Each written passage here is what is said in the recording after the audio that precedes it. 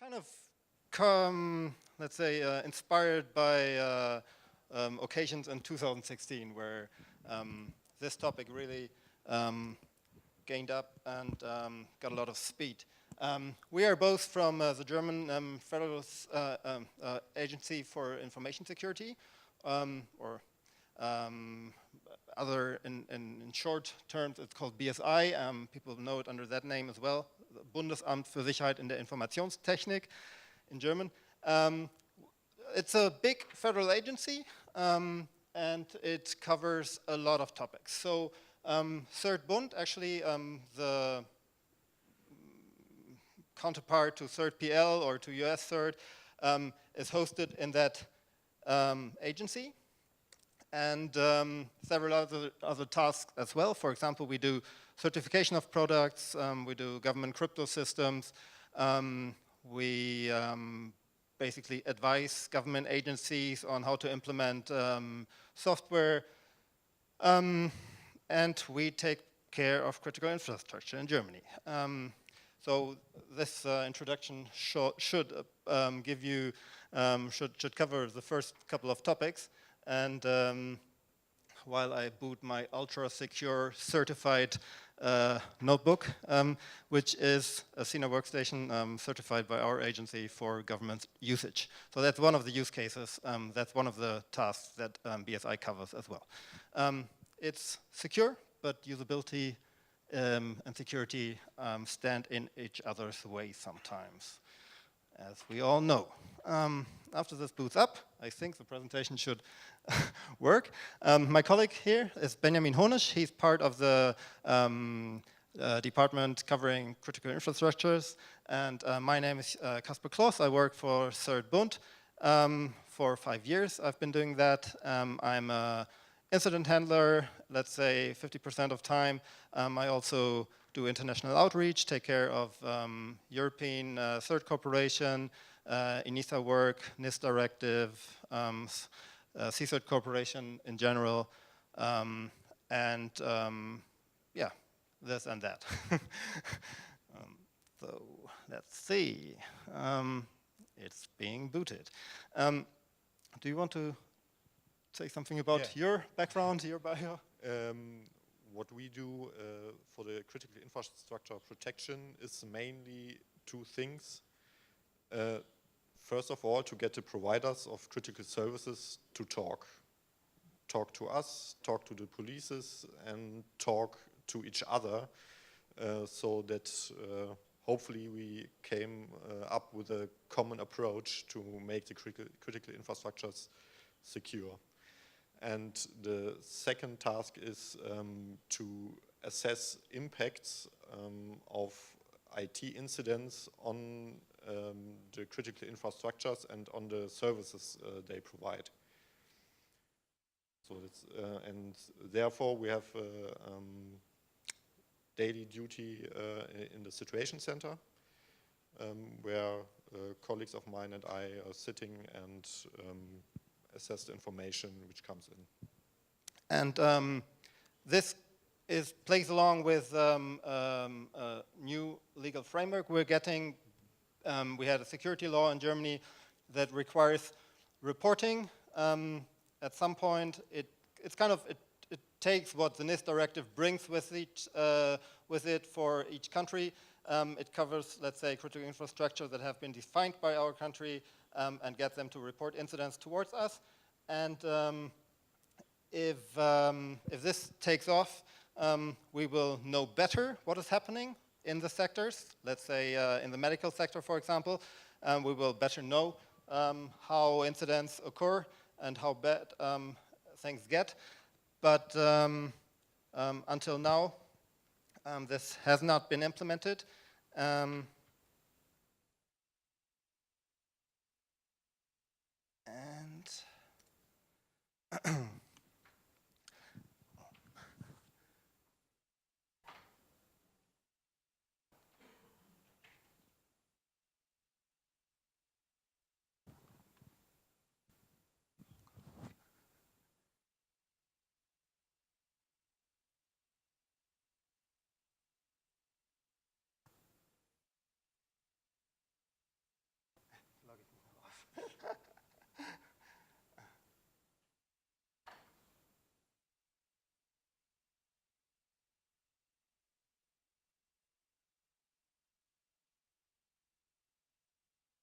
this is a fiasco. I'm very sorry.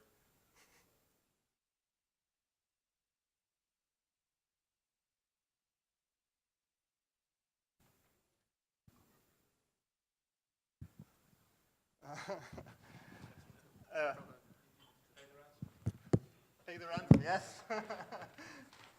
Oh gosh, man.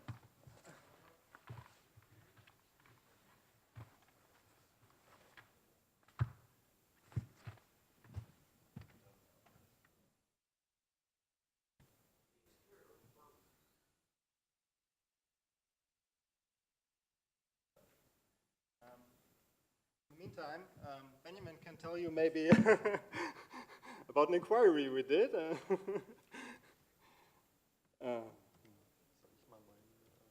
Yeah, hold on.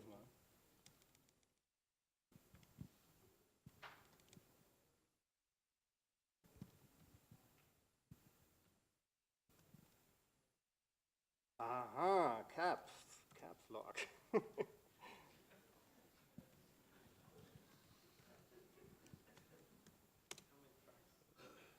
Last one.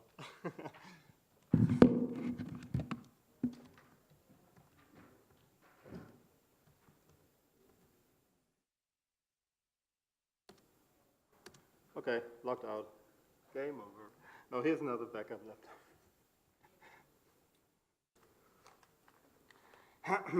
Okay, the video will be quite boring, I think. So, it all, basically, I just keep talking, you know, because the video will come, or the presentation will come afterwards.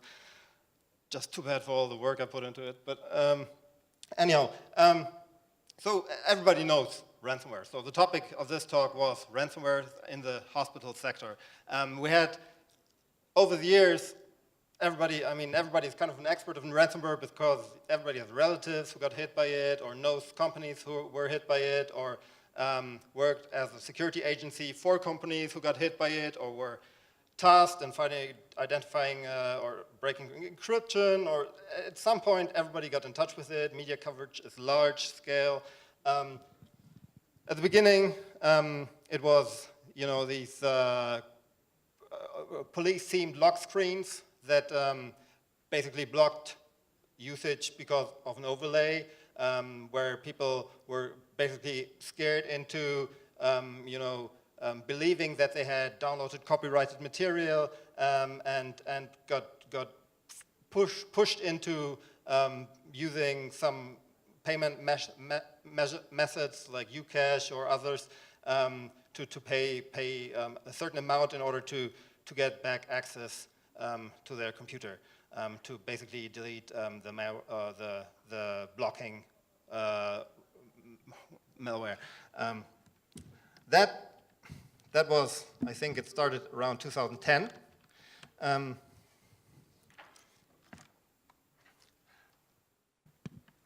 So please have a look at the presentation, if it comes now. Let's see. Same problem. Yep. Hey.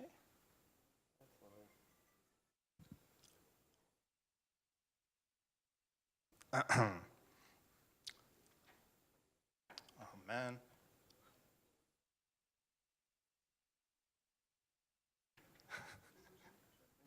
Just imagine the rest of it. Oh, it was almost there. Sent it to you.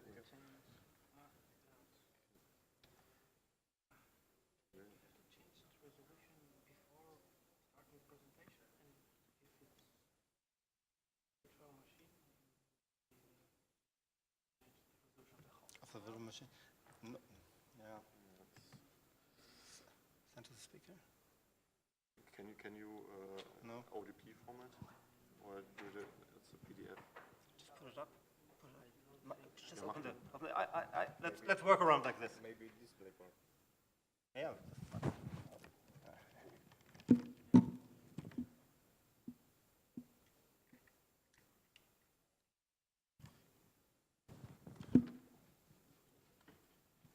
So this way everybody's probably.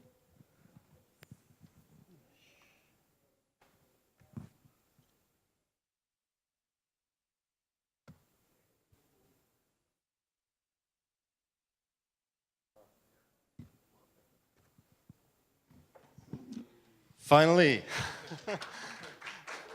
Okay, we can skip that. I talked about BSI. I talked about the important part of BSI. No, just kidding. I mean, this is our department. Critical infrastructure protection is on the far right, on the bottom, this section where Benjamin is coming from. The other three circled in red, that's basically the situation center.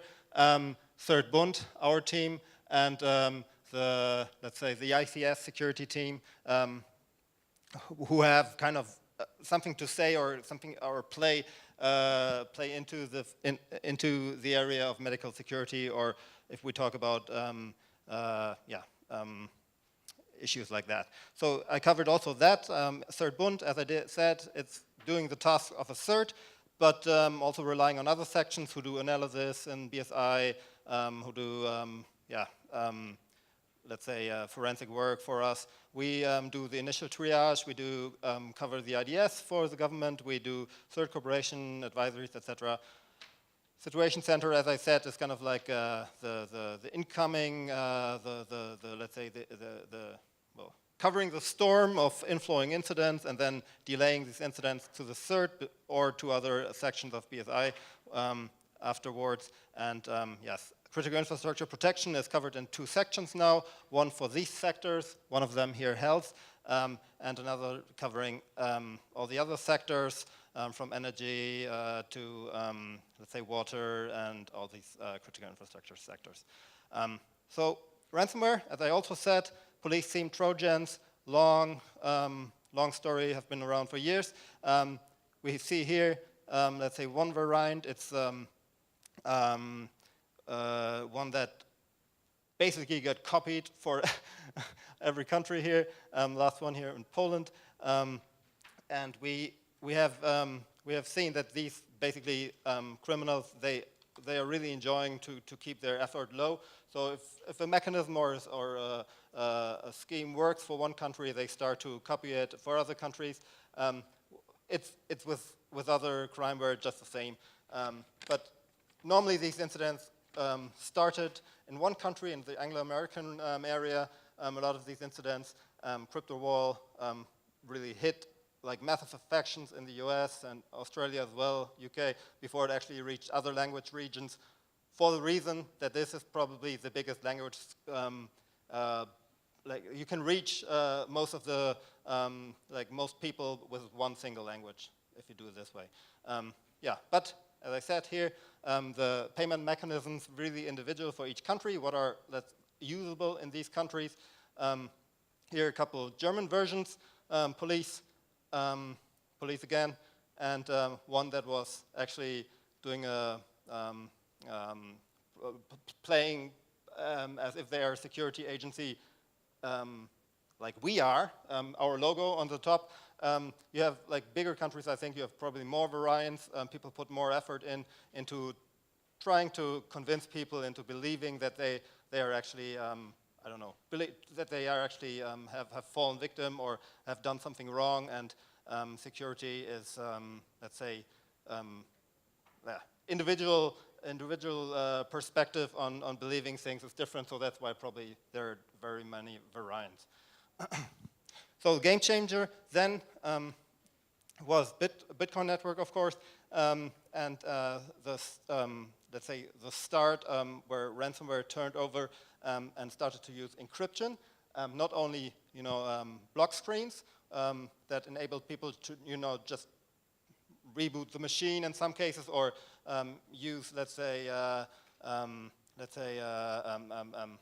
Windows safe copies or snapshots and play back on their machine and start that. So by encrypting files, everything got a little bit more difficult for people because, yeah, just uninstalling or detecting the malware didn't help anymore. The file decryption was that strong, that hard, that it was a lot of times unbreakable. In some cases, people got lucky. Some of the cryptographic mechanisms were not that bad, but a lot of times, and that also led like security people to pronounce that and to publicly say that you just pay the ransom if you want to get your data back. In a personal scale, that's bad, of course. If you lose your pictures, your vacational pictures, that's really sad. But if you get down to businesses, everything gets worse, of course. I mean, the whole business a lot of times relies on certain information on the data that customers provide to you. For example, as a law firm, if you need to do the taxes for the companies, if that money gets encrypted and you have no backup, you're screwed. And that's what drives people to pay, of course. And that's why it got so successful. And of course, as I said, Bitcoin network, before you had payment mechanisms that were kind of anonymous, but the criminals had to cash out at some point, so there was a chance for police to follow the money trail, and at some point the money was transferred into bank accounts, and at some point basically this money, the paper trail was not actually as secure or as securely made anonymous as for Bitcoin. And when that took off, and when let's say the Bitcoin network rose to a level as it did in 2013 here, that's when criminals started to use it, because it was easy enough to get normal citizens and normal people also to buy some Bitcoins from one of the exchanges and to pay that way. Yes, so that's the core topic of our talk, hospitals. Hospitals, everybody heard about it, media covered it many times. We will try to dive into this a little bit further, starting off with the first hospital that I heard about that got hit by ransomware in 2012. Interestingly, it was comparable, let's say, sophisticated or meaning targeted, that it was not, collateral damage that hospitals got also hit, but here you were already seeing that criminals didn't go after citizens in general, and companies got hit too, but that they actually went after people where it hurt, or companies where it hurt, organizations where they really had to make sure that they got back access to the data. This hospital, it's probably like a smaller medical center. They got access to via RDP, remote desktop protocol, weak credentials, always an issue. It's nothing new that this is a weakness. And then they used, let's say, the board mechanisms of Windows to delete files, delete backups after encrypting them. So yes, the kind of data that got encrypted, of course, as you see, bookkeeping, important as well. And why is it that medical centers or hospitals in general are kind of, let's say, like a chosen target?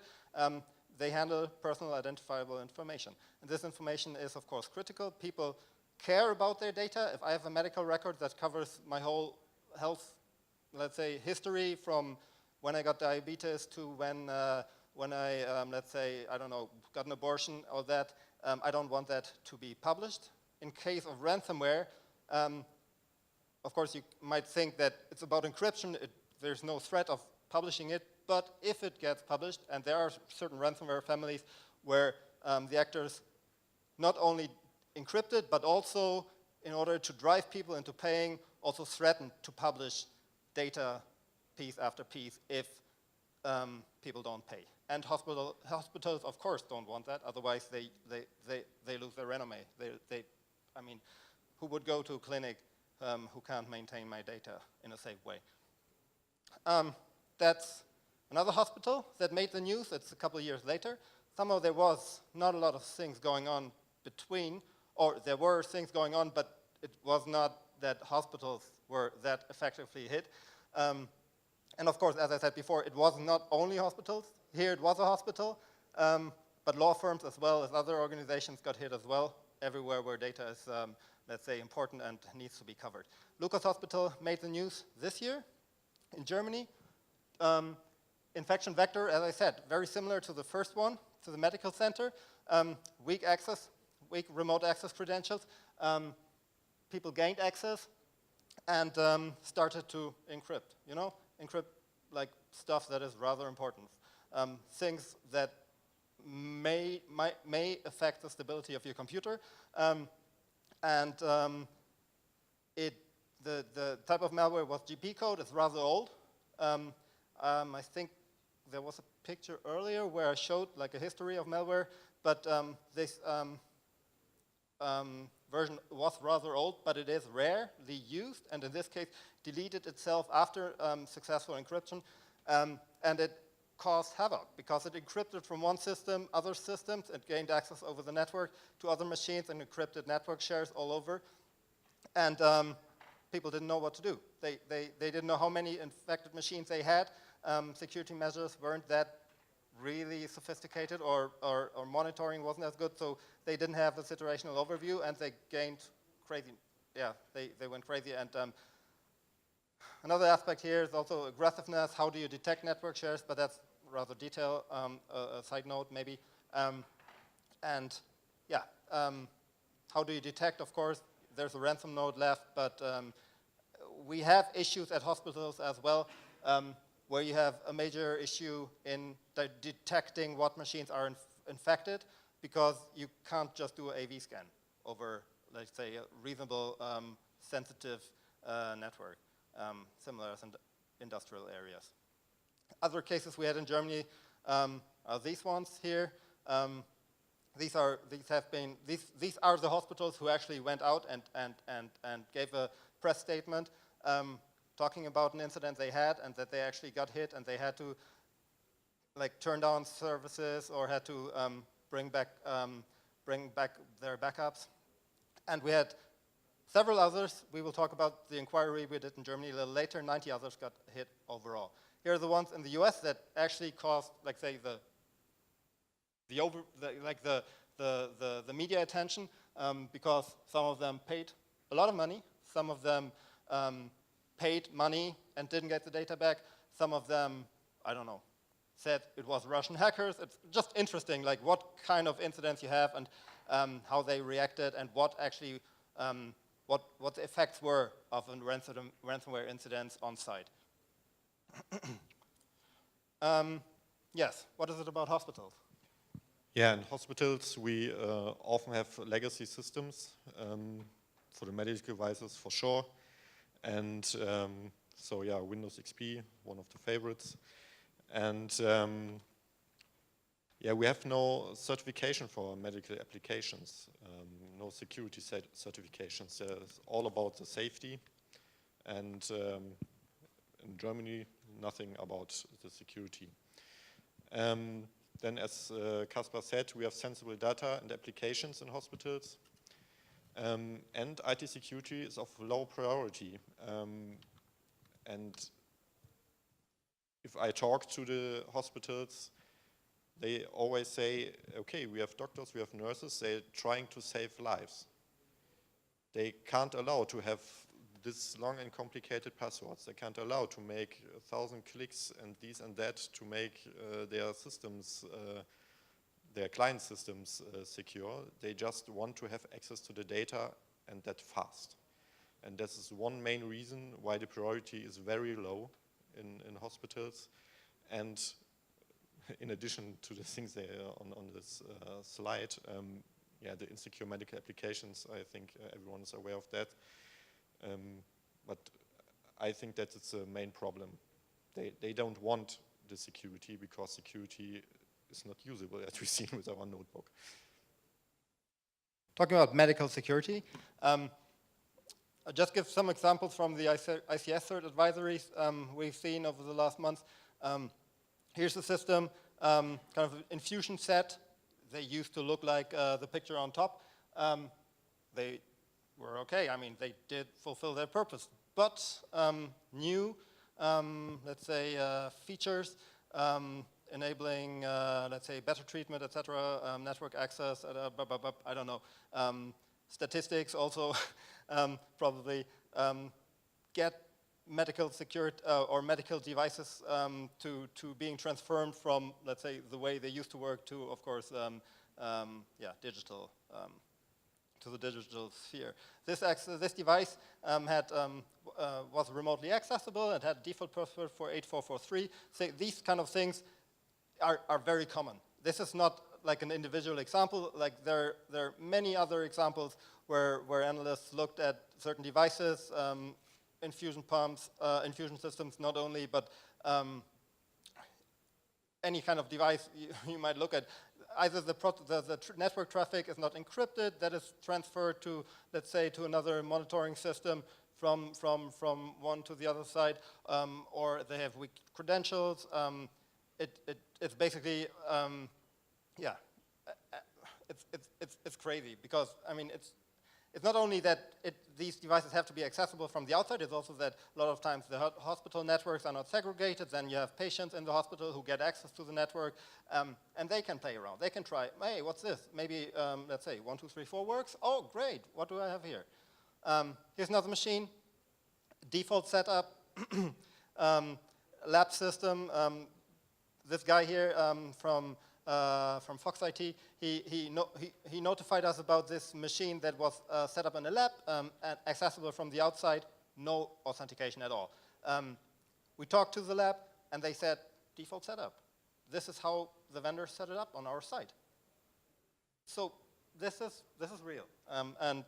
We got in contact with the vendor, tried to figure out whether it was really a default setup. The process is continuing, and at some point we will let people know, of course, what turns out. Just 2 examples for medical security or insecurity. Now, this is kind of the point where when hospitals were repeatedly covered in the news for being hit by ransomware, where people ask themselves, is this targeted? Why am I only hearing about hospitals? Is this really, I mean, do they identify hospitals as being weak points and being like bad at security and being really like being ready to pay any second just because they can't help it? So Metza Union again, SAMAS or SamSam malware. There were a couple, let's say, AV reports about this type of malware. It got access through weaknesses of the JBoss server, not RDP this time, but kind of the same model. It used known vulnerabilities to gain access to the network, to spread, scan for more vulnerable systems, and then use, let's say, known attack tools that you have basically that targeted attackers use too, like Mimikatz, for example, to use the credentials or the hashed credentials that they find on an administration on a machine to gain access and to elevate privileges on other machines, to reuse them for gathering, for movement or for gaining more access or gain more access to other machines. These tools are, as I said, it's not that far away from targeted attackers. Nevertheless, as it turns out, this is not only hitting hospitals, but it is hitting hospitals. So there must be some, let's say, some degree of weighing or let's say, identifying your target or whether it is actually maybe more aware or less aware or more delicate. So there was news coverage about this malware. The Malware Protection Center of Microsoft, for example, says it downloads the initial, let's say the SAMAS malware starts to download D1S1, which is also a very targeted attacker tool. It was only known until that from one threat actor called Codoso, peace actor group. They did information espionage. They were targeted attackers. So, and the question was, is it the same attacker group or not? When D1S1 was named, people were like, okay, this is crazy. Like this is a new level of ransomware, or can't even call it one ransomware. It's not one piece, but it's like a new type of ransom attacks. But it seemed like there was another coverage then, another analysis done by Anomaly, and they looked at it and they said, you know, it seems not, they're acting in different time shifts, but nevertheless, I mean, the tools were there, they were compiled, they were used and found. Even JBoss servers or instances were used by threat attackers who were behind, or who, like threat attackers or threat group Kodosu, and it was used by these people reusing the Rusby, seemingly. Nevertheless, not the same group. Another indication for possibly targeted attacks is this publication,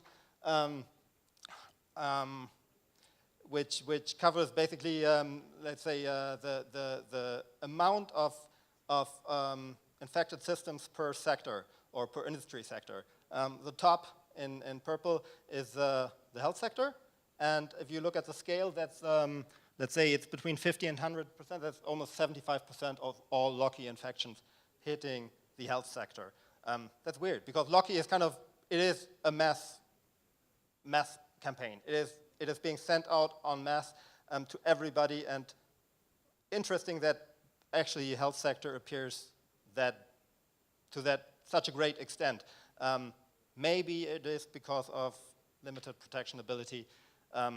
Hard to say what exactly the reason is, but it is interesting. And yeah, of course, also Locky has changed over time, but that's also a side note. Now Locky uses LNK files using PowerShell to actually download. You don't need to put a downloader on a system if you can use, let's say, the board mechanisms, and targeted attackers do that too. You don't get, let's say, detected that fast. You have more time to infect, maybe in type of ransomware attacks, more time to identify the network and gain or infect more machines. Another example for targeted attack in the health sector field was this, Petya Misha. A lot of work has been done about, analysis has been done by Hajarazad. I don't know exactly how you pronounce her, from Malwarebytes, but she actually put out the first decryptor. Attackers learned from that and put out unencryptable version shortly after. That's always, you know, run between attacker and defender. But this was sent out to 2 hospitals who had open job ads on their website. So on one side, on one day, a couple of weeks ago, we received like almost 5 notifications of hospitals hit on the same day by emails who try to install or get Petya Misha onto their systems. Shortly after, we also learned that it was not only hospitals, that it's again law firms also got hit by that, but it was on that day they went after hospitals, on another day possible other victims. Okay, let's talk about effects on site. So, if a hospital gets hit, in the worst case, we have a network shutdown, and so the data is not accessible. And then what happens? We have several systems in a hospital, typically. We have the hospital information system, we have systems for laboratory, for pharmaceutical order, and we tried to make a list with the criticality descending. I said the laboratory information management system is important. You have in Germany about 18% of all diagnosis is based on laboratory, and we have an automatization grade of 90%. So if this system is out, the laboratory is out. They can't do nothing except manually one probe with the one employee working in this highly automated laboratory. So then what we see at the Lukas Krankenhaus, the order of pharmaceuticals. We have a stash about 10 to 14 days in Germany, and they have logistic problems about 3 weeks. So they're running low on pharmaceuticals. Yeah, this is the Lucas Hospital. So they had a restricted emergency admissions for 3 days. So I think they turned away the people. Said, no, you have to go to another hospital. It's not possible to take care of you here. They kept the patients they had in the hospital, but they don't get any new ones. And as I said, for 3 weeks, they had problems with their operational and logistics systems. So the operation planning and so on doesn't work. Yeah, and they had to make the X-rays in the old fashion, to pin that on the wall and look at it.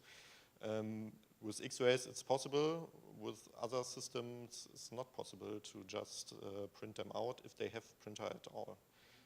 In a highly digitized hospital, you have no printers. That's yeah, for the future. Maybe there's a rethinking. Yeah, and we have a high 6-digit amount for cost for the recovery of this incident. Of course, hard to estimate, except if you pay the ransom, of course. That digit is for sure in the budget. MedStar also has similar incidents or similar effects. They noted that they had issues with sharing X-rays, CT scans, etc., medical records and patient data, limited access to these. This creates lockdowns for hospitals, and if you are, like, say, a regional hospital somewhere in a not in the city center, but somewhere in the rural area, this means traveling far away for patients. So this is why they are called critical infrastructure sectors, or part of a sector. So when the ransom wave hit Germany in February this year, we became aware of the Lucas Hospital being hit, and we didn't know how much other hospitals were hit, so we asked them.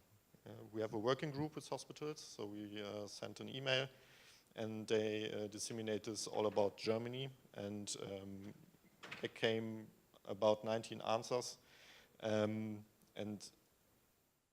nearly all of them have registered the ransomware attack.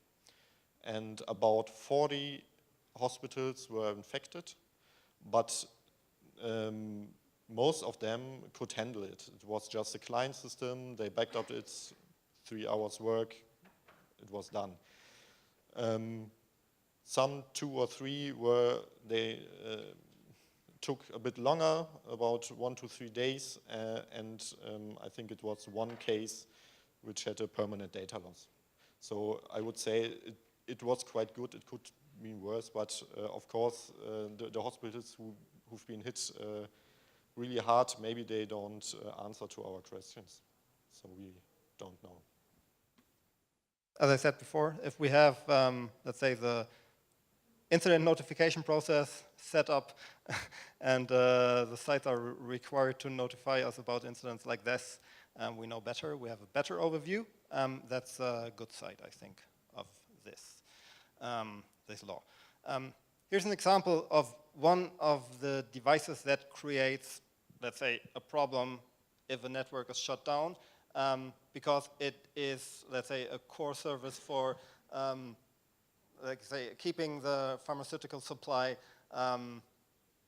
working, keep it up. If this machine, for example, I mean, there are probably bigger ones and more, like, say, newer ones as well, but like this one is an example, again, how insecure some of these devices are.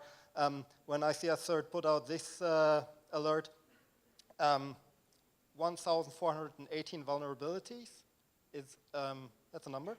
Of course, Windows XP was in place, and several other outdated software libraries. So this is really hard to maintain, actually. If you have systems like these, you can't patch all. You know, you can't, especially if you have products that, you know, if we touch the area of certification. It was named before. If we have, let's say, products that are in the network and have been, you know, have been put into the list of running systems, and then you can't just update it easily if the vendor doesn't allow you, because if you might lose, let's say, support for this, or your liability, or the vendor liability is stopped. You can't just do things with this, even though you know they're insecure. Yeah, and this is, I mean, this is just an, I mean, this is the worst case, of course. This is like where people depend on medical equipment that are insecure. You don't have to encrypt data. You can also threaten people that you change data. And if you change the configuration of, let's say, a pacemaker, that stops, let's say, stops your heart from beating, of course, or might potentially have effects that are, you don't want to talk about with this. You don't want to talk about this with people who actually rely on these devices. They just don't want to know. I mean, these things are doing their job. They have limited, of course, limited access. You can't just change configuration via the internet, thank God, but they have radio frequency, and you can do push configurations on these devices if this is not reasonably secure. And this is why people say that ransomware might cover these devices at some point too, or ransom attacks might cover these devices at some point.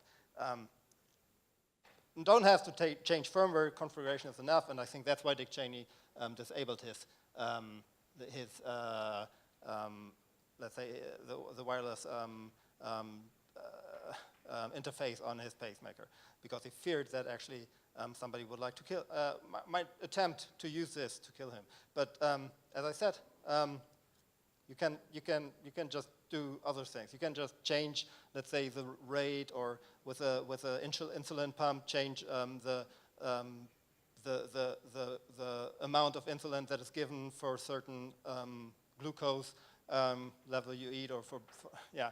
This is just where we have to stop from moving towards. So this is where medical security has to become better, and has to be taken more severely by vendors.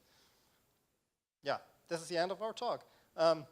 This is just a picture from Lucas Hospital that caused a lot of attention in Germany. That's why I brought it up here. This is our Minister of Health when they introduced, I think, the digital patient record. He went to the hospital and he was really looking forward to the new age we're moving towards. Let's hope that the new age works out and people have backup mechanisms in place. Thank you very much.